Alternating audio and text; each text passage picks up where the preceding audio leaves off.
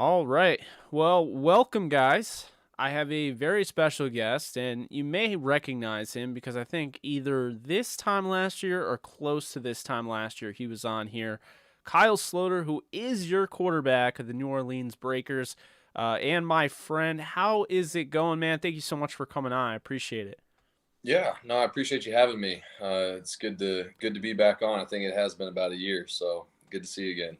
Yeah, absolutely, and it's funny because we've talked off air, of course, and kept in touch, which I do appreciate. By the way, but man, talk about a 2021 to 2022, sequence that you went through. I mean, Yeah, all of that basically capped off by the USFL, but even further, your last game that you just played in the NFL, you were active for you were on the last team that was that gave you yeah, a shot in preseason. So what was yeah, that whole sequence like? Because that was pretty crazy to see you end up once again with the Vikings.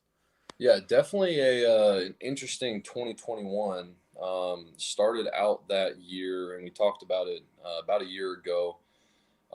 Signing with the Raiders, and how excited I was to get to work with a guy like John Gruden, and get to pick his brain a little bit and all that kind of stuff. And um, you know, for I think kind of close to the last time we spoke, I was released a couple weeks before I even got to get in the building.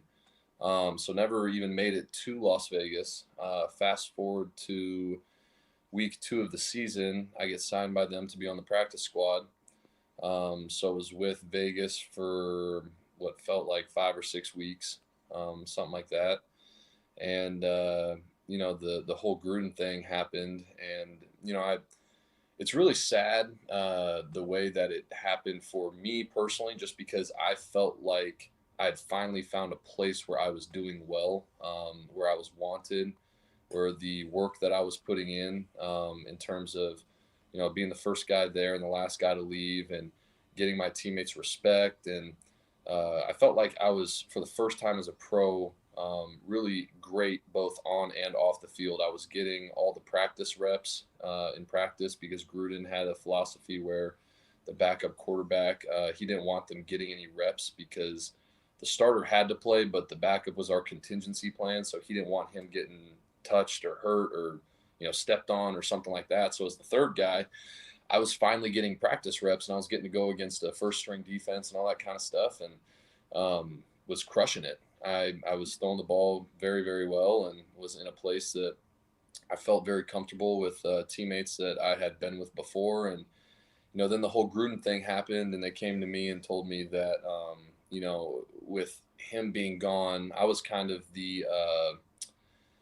they looked at me as something, a piece for the future, is what they were telling me, because Marcus Mariota is kind of expected to go be a starter somewhere, like a place starter, kind of like a Ryan Tannehill situation years ago, where he went in there and did well, and is now a full time starter for a team. So I think Mariota is going to go do something like that. And then Nate had been there for a while and was also a free agent, so I was really the one of the only guys that they could sign back at that time. So I was excited to potentially be fighting for a backup spot with Derek Carr, and John Gruden loved me. And then all his stuff went down, and they brought me in and told me that because they weren't running his offense again next year, and it's such a complicated offense. I mean, it really is insane. It lives up to the hype. Hmm. And with him not being there, they're like, we're just going to reset and go with the three guys that we have, and we can't carry a fourth quarterback with all the injuries that we have, and blah blah blah. So I was the odd man out there, and go to Minnesota towards the end of the year. I think I was picked up in week 16 there, and I was there for the Green Bay game. And super awesome to be back in a building where I had a lot of friends. A lot of the cornerstones of that organization are still there, the big pieces, and good to see some friends that I grew up with in the NFL and all that kind of stuff, and kind of became a pro with. So kind of a cool way to end 2021, and then cap it off with, well, start 2022 with deciding to go get some game film, and try to further my career. And eventually the ultimate goal is to be back in the NFL this next season, but with a leg up from where I would have been without game film. So really just trying to go there and show, what I've been talking about. I've been running my mouth for 5 years saying I can do it, I can do it. So I'm gonna go prove it and hopefully head back. So Hey, I definitely hear you, and I probably wouldn't have made such a big deal because I'm sure. I mean, you see it. I'll tag you in tweets here and there and be like, this guy deserves a chance. How is this guy not given a chance? yeah, Whatever. Um, I mean, you have what would appear to be a cult following. I'm not gonna lie, and I'm proud to be at the forefront of that, and I have no issue being at the forefront of that because, you know, I truly, and you don't have to really speak on this, but for me, I truly believe that the ecosystem, the young quarterback ecosystem in the NFL needs a lot of help. I big really time. do. And, without like a G League with the NBA, which it's not really a minor league, the Yep, MLB might not even play this year, and they have yep, the best minor league in all of sports. yep, And then you yep, have, hockey with the AHL, the ECHL, so forth. yep. The NFL doesn't have that. So Exactly. the idea that you get to go to a XFL or an AAF or a USFL, I 100% see why anybody would take that opportunity Yep, that is presented at them. With that being said, we've talked about this. You haven't had that opportunity because you've been under an NFL contract yeah. when those two leagues, the AAF and the XFL, were underway. Yeah, exactly. I was, at that point in my career, you're playing the game at that point for a bunch of different reasons. And one of the reasons when, I was getting offers to do that before, one was I was a younger player, and I still felt like I was firmly in the NFL, which I was. And then the other piece of that is that although you do want to go play. It's everybody's, dream to go play and all that kind of stuff. You're still, I was, I was so close to some lifetime benefits at that time in the NFL that if you accrue them, then you get benefits for, whether it's the pension, whether it's all that kind of those kinds of things. And I ended up getting all that stuff and adding years to the base pension by staying and sticking around. Now kind of in a place in my career where it makes more sense for me. And going into year six, it's kind of which is crazy to even think about that it's year six. I mean, we were talking 6 years ago. Um, Very crazy to think about. it's nuts. It's nuts. The time has absolutely flown. But now sitting here in year six, I'm kind of getting to a point where these teams aren't going to sign a 6-year guy with no game film. Yeah. So, all these teams that call me, I still get calls weekly about, am I healthy? Am I good to go? All that kind of stuff. Um, it really, the biggest question mark that my agent kept telling me was, you play great in preseason games. Your reputation is good in the NFL. You've made some good friends around the league in terms of guys in the front offices and teammates and all that kind of stuff, and people that'll vouch for you. Um, but you just don't have game film, and you're getting to a point where you're asking people to pay you more than a guy that's coming into the league that also has zero game film. So, it's like if you have no game film and you're more expensive and he has no game film and he's less expensive, especially after a 2021 year, like people don't realize how cash strapped the NFL is right now with the 2020 year kind of setting the salary cap backwards, really about 40 million. Yeah. Before the difference of 600, $700,000 wasn't a whole heck of a lot. Now it is. So, it's kind of, I'm in a circumstance now in my career where it made sense to leave and I need to go prove the things that I've been talking about. And, from what I've gathered from NFL teams, that if I can go and, you know, prove it, that I'll have a longer career than if I didn't. So that's the goal. And I agree with that. And, I mean, I've always been I mean, we had on the Downtown Rams podcast, my co-host and I had Kurt Warner on, and we Yep. were we were talking about it. I think we asked him, would there ever be another Kurt Warner? Like, is there a possibility of that happening? And he said no, because basically the league's different. They don't evaluate quarterbacks the same way. Yeah. And I mean, I know his movie just came out not long ago, and you could really see, like, he goes to, the Iowa Barnstormers and has Yeah. to really kind of make his way throughout like the Arena League. I thank God that, they have a, somewhat of a Yeah. minor league system now, Yeah. because think about it, if you're 8 years ago, whatever, they don't even have these leagues. They have them in the works, but they didn't have them. And so I'm really excited to see you in the USFL. I went through all of your receiving weapons. I think you got a good crop there. No doubt. Johnny Dixon is lightning, man. He's For the sure. speedster, and then on top of it, you can make all the throws all over the field. You have the mobility, so I think it really opens up, everything there. And I was watching your tight end Sal Cannella. I mean, Yep. he's put together some incredible film, not just at Auburn with the body control and how he's always finding his way in the end zone, but what he did with the TSL. And I think a lot of people don't realize, because the spring league isn't advertised the way the USFL is going to be, or the XFL or the AAF. But the Yep. spring league, like, these guys are getting that film that you're talking about out there. So they've been doing this.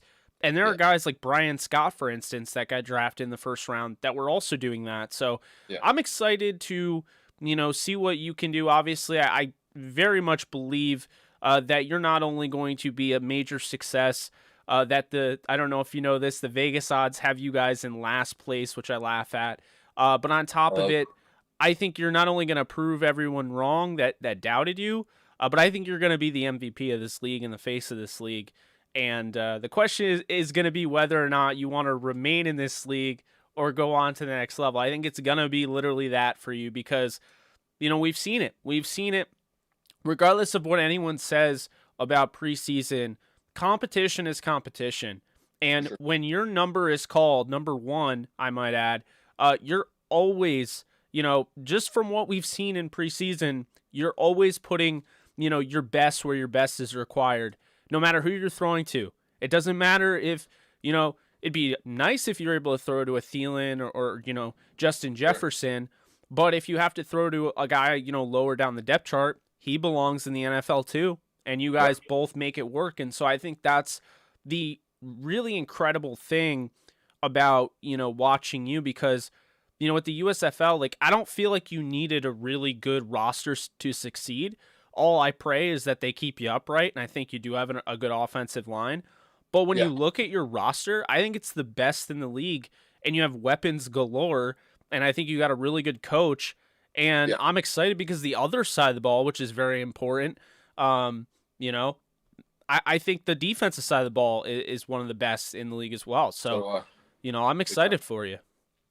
No, so am I. And I looking at our roster, I agree with you. And I'm biased, obviously. I would never choose anybody other than my guys. But I do think that we have the best roster.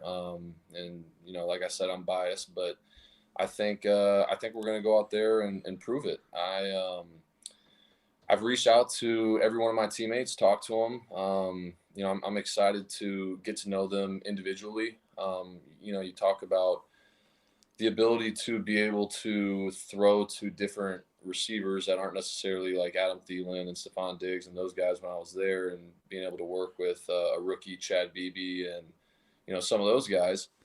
I think it really comes down to a couple things, being the amount of time that you put in with those guys, because realistically anybody can be great. It's really just the amount of time and chemistry that you put together. Like, are some people's skill sets different? Yeah, but one of the most valuable things, more than speed or quickness or the other things, are really, are you where I think you're going to be? Are you breaking when I think you're going to break? Do we have that kind of chemistry? And so to me, that really comes down to, are you putting in the hours? Are you putting in the work? And do you have guys that want to go out there and fight for you? Do they feel like you're fighting for them just as hard as, they're fighting for you, type of thing? So, I've talked to all my guys and told them that, no matter what, I'm gonna have your back and fight for you every single play and that kind of stuff. And I think we're starting on the right foot, together as a unit, both offensively and defensively. Talk to all of them, and just letting them know that we're here to really accomplish one thing, and that's to go get a championship. And then, I've spoken to everybody, about this side of things, but to me, obviously, playing is important as well. And if you're a competitor, I think that you want to play on the highest level at the highest stage. I mean, you're crazy if you're on my team and you're telling me that you don't want to go win a Super Bowl at some point in your career. Like, I don't think you should be playing football. Like, I think that we should all aspire to. If you're on my team, I want you to be the most competitive guy out there, and want to crush it here in the USFL. Be thankful and blessed for the opportunity. But, I want all these guys. I want to see every single one of my teammates in the NFL, and, us playing for Super Bowls and that kind of stuff. So everybody in the league is there for a reason. I think it's, we should all be grateful to the USFL for providing the opportunity. I know that they're not necessarily directly competing with the NFL, because you can't compete with the NFL. It's a step between. And this is what football needs. It needs a step between college and the pros, because it's going to be hard for some people to wrap their mind around. But the fact that, like, I would fully expect, like, we're pros, a lot of us, for years. We would go out there and beat, like, an Alabama or Georgia or something like that, because everyone is a pro. Like, not everybody on Alabama and Georgia, like, those teams are not going, people don't realize that. Like, it's going to be a level of football between college and the NFL. It's going to be those third and fourth string guys that get cut from the end of rosters that were all Big Ten, all SEC, guys contending for, national championships and all that kind of stuff, big role players on their teams. It's going to be very good football. We got a short amount of time in training camp, which is going to be the biggest challenge, but I think we'll be able to put something good out there on the field, and I'm excited about it. I absolutely agree. I mean, if anybody thinks, Alabama, Georgia, whoever would beat this team, I mean, they just don't understand what they're talking about. I mean, you got two, jump ball guys I didn't even mention, and Poindexter from Arizona, and then Jonathan Adams, who, I'll tell you right now, I didn't mention him earlier, but I think he's my favorite personally. I've been following him since, his days at Arkansas State. Yeah. I think I had him in my top 10 receivers. He is a hell of a player. Yes. He just makes circus catch after circus catch. But here's the thing. He's not going to have to do that, because you're going to put the ball where it needs to be. You're not going to constantly, like, put him in position where it's like, okay, well, now I have to catch behind. Like, he had to do that. No knock against the quarterback there. But so I'm excited for that. Larry Rose the third, who he was in Rams camp, so I know of him pretty well. Liked him coming out. And then the defensive side, I mean, I talked to your teammate Ike Brown either last week or 2 weeks ago. He's a great guy. So I'm excited. The secondary has him, Derek Jones, Manny Patterson, Adonis Alexander, who also spent some time with the Rams. It's just a really good defense all around, headlined by Davin Bellamy. I think, like I said, I think they got the best defensive player in this league and the best offensive player in this league. So I'm excited for that. Now, you mentioned, obviously, like, teammates, and basically you root for your teammates, even if you're not playing together. And I remember this. I learned this early on with you when you talk so highly about former teammate Jerick McKinnon. That's how I knew. I was like, all right, so this guy just wants everyone to succeed. Like, it's not all about him. I learned that pretty, quickly with you. But I mean, you've played behind guys like, Matthew Stafford, who won a Super Bowl. Nice call, by the way. I did call that. We need to rewind that. We need to rewind that. That's I need a cut up coming out on your Twitter of me calling that, because I've been saying that for a year now. I gotta see if you said it on the thing, because I know you texted me that. Okay, gotcha. So I gotta make sure, because if I have that audio, I'm gonna send that your way. Yeah, and we'll post that. But you Yeah. did. You're like, Matthew Stafford's gonna win the Super Bowl with the Rams, and I'm like, yeah, he is, because I've been saying this too. Like, I just made a compilation video, and it wasn't like the most professional thing because I called out every single mainstream media hack that said that Matthew Stafford was stat padford or wasn't Yeah. capable of the big moment. Uh, but I mean, hey, sometimes you gotta throw a little shade out there, I guess. But no, uh, Hey. good on you, man, because you were spot on, and I mean, I believed it, I knew it. I mean, I've been watching this guy for a while, and just hearing you just kind of like you were a teammate of his, I was like, okay, this just confirms it, So I'm just like everything, like I'm just like, I don't know. Odell did the same thing, like with the Browns, Yep. and it's not like Stafford had a bad rep with the Yep. Lions. I think it was more so like the mainstream media loves to hate, and they love to find like for For whatever sure. reason. I mean, it seems like Stafford's one of the nicest guys you'll ever meet, He is. but they like treated him like he was like a villain. Yeah. So, but Well, I mean, I one of my least favorite things about how he was treated, and throw me in the fire for this, but no, he go ahead. the the way, like, when you saw the video of him turning around and walking away or Oh whatever, my God. I did a I video I on just that. I didn't understand the hate for, because like I don't think, like, obviously he didn't know how bad the injury was. Like, he just thought that, like, someone just slipped. He probably had been like drinking a little bit, celebrating, blah blah blah, like Yeah. totally reasonable. The guy, like, I saw myself in that video. Like, would I like to think in my head as I'm sitting here watching the video, like I would help? Yeah, but like you're probably like, oh my gosh, like, because there's probably videos on you, like cameras, all that kind of stuff. You're not, I don't know. That was It them painted him they got in a that bad angle light. too to make him look bad, and then they noticed they Yeah, panned away. What I yeah. was told is that he went and got help. But that, of course, they're not going to show that. No, of course not. I mean, it's the world we live in today with media is absolutely just, I know. it's clout chasing. And the girl, I mean, you don't have to say anything on this, but the poor girl that broke her back is now canceled. So that's all you She's need to know. She's The canceled. girl that broke her back is canceled. Yep, Okay. they dug up tweets about her. Yep. Wow. Like right after that. Why was she canceled though? Because of the tweets. Oh, gotcha, gotcha. Yeah. I mean, Okay. you know, it's just it's the way it is nowadays. So I mean, but Gotta be tight around here. yeah, and well, like with the Staffords, like Kelly said, like, and this is what I find funny is that I know for a fact that this couple would do charity Oh my like gosh. behind the scenes without like they would turn down charity opportunities that were overly publicized. Hmm? So when people said that they're only paying for her stuff because it makes them look good, I'm like, what are you talking about? Like, they've been doing this behind the scenes. Like, they literally will turn down stuff if it's too publicized because they're not doing it for the publicity. Like, I don't know, man. Marvin Jones, the receiver for the Jaguars. Yeah, I love Marvin Jones. He was in Detroit with us, Yeah. and it was a tough day in the building, but he lost his baby, his Oh, like I remember that. 1 year old son, and we found out the next morning and all that kind of stuff. But Matt and Kelly drove to Marvin's home. Even after Marvin had said, like, he was obviously torn up. You lost your child.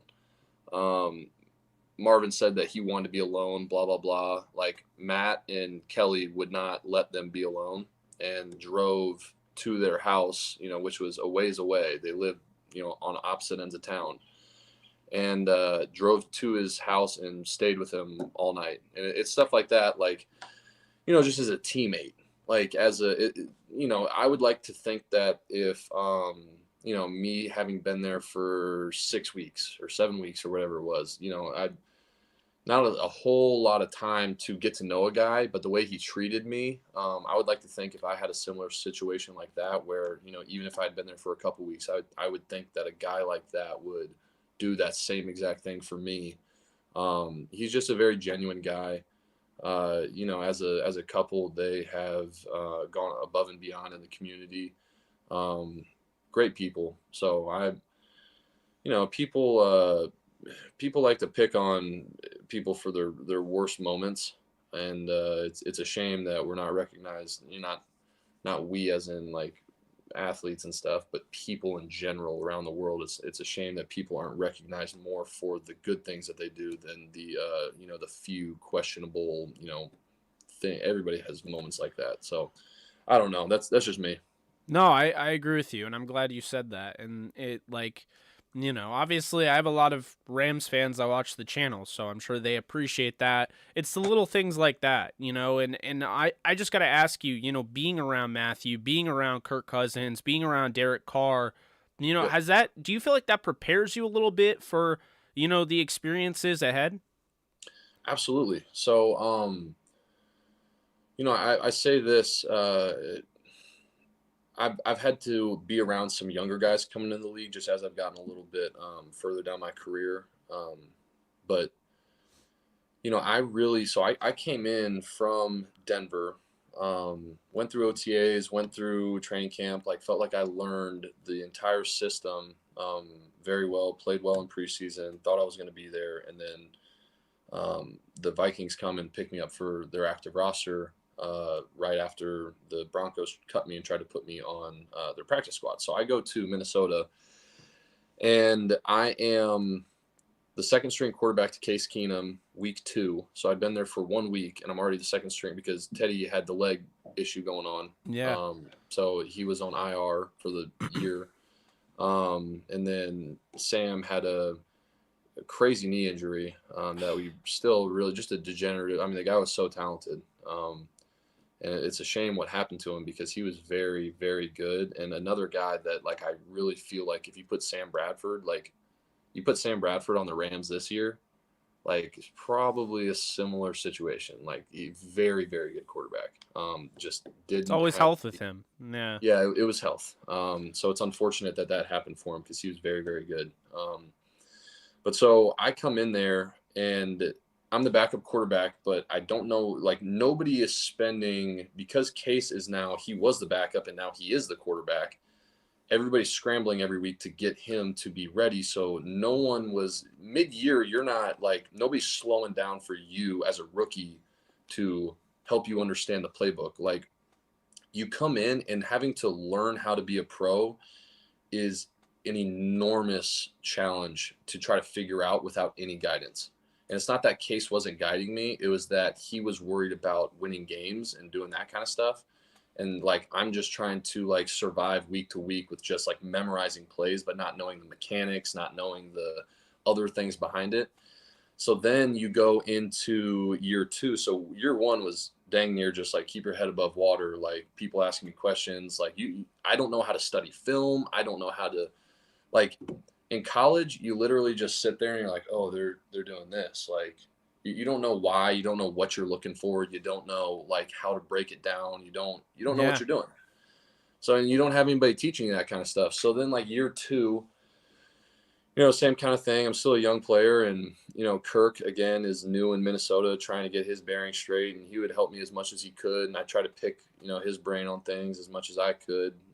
But I wasn't the backup; I was the third string, and the job at hand kind of felt like try to put all my energy into practicing and preseason, like doing all that stuff well, and I didn't spend enough time on the other things. So go through that year and is what it is. I'm still a 24-year-old, don't know how to study film and all that kind of stuff. And those things, like, I think I do. It's not for a lack of trying. I just don't know. Like, you don't know what you don't know. So, Yeah.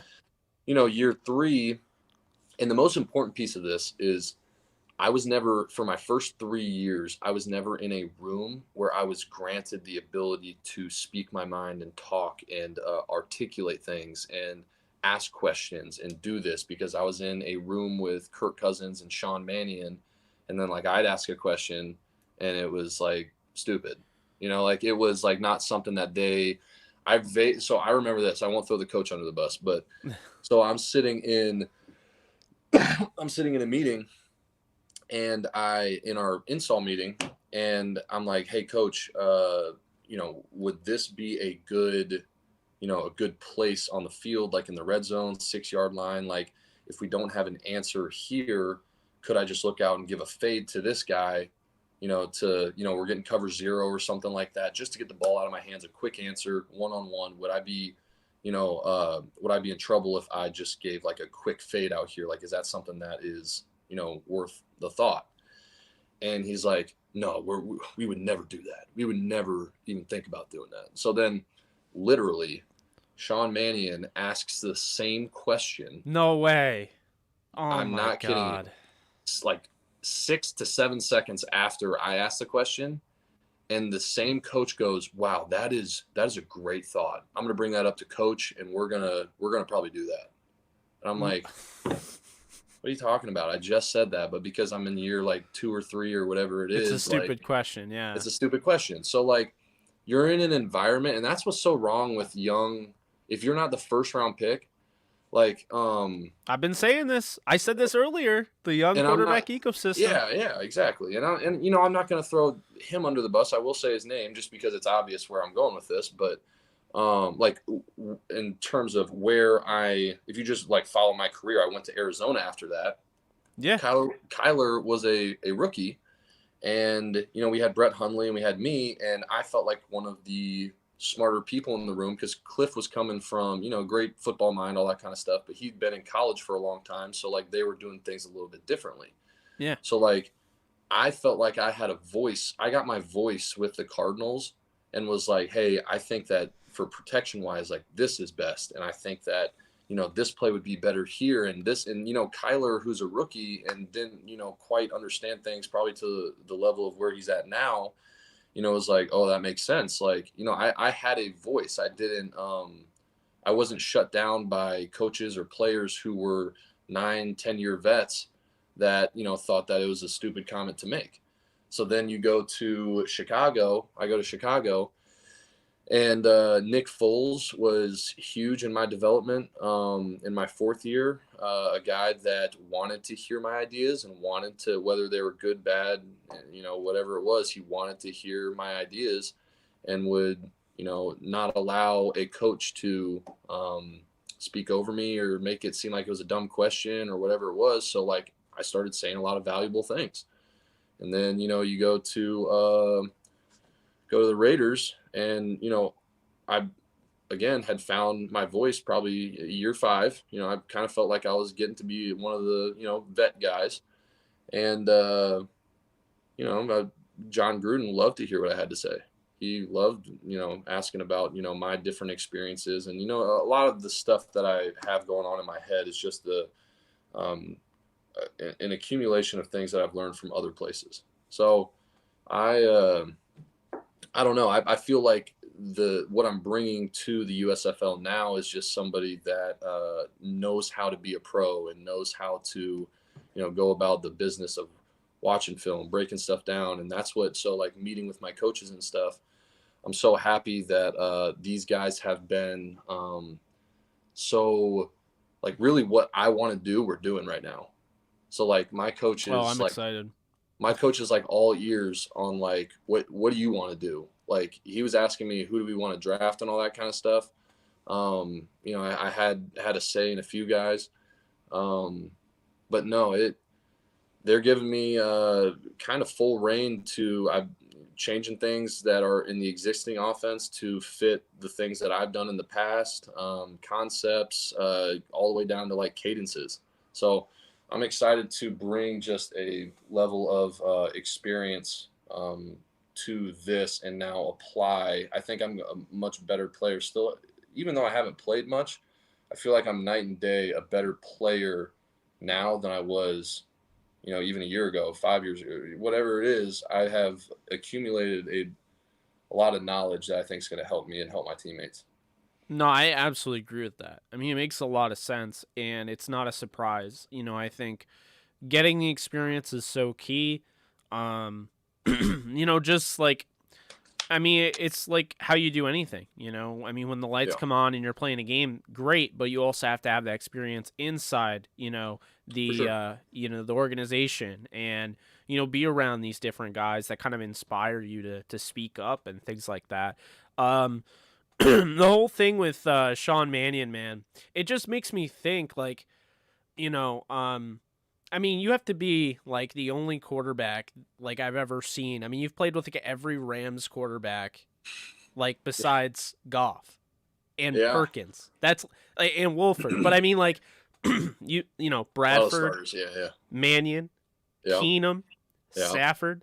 I mean, yeah, that's crazy. Like yeah. all these Rams quarterbacks. It's like the odds of that. And I remember I had you on when the Rams were going to play the Vikings. I mean, Yeah. I've had you on so many times, but that was one of the times, and we talked about that because and you said then, the Sam Bradford guy, like, I mean, he's really good. Like, Very if he good. stayed healthy, it's unfortunate, but just to wrap it up. Speaking of health, um, the best ability is availability. So For sure. all I can say is please, for the love of God, stay healthy because I think you're going to do That's massive things in the USFL.